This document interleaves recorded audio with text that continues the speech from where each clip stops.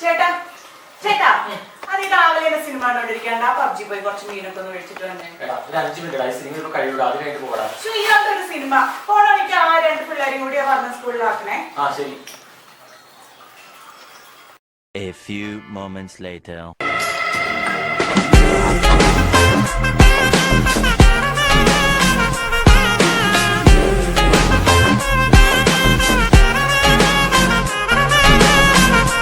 എന്താ ചിമ്പേ വെള്ളയൊക്കെ ഇട്ടിട്ട് പള്ളി വല്ല പരിപാടി ഉണ്ടോ ഇന്ന്?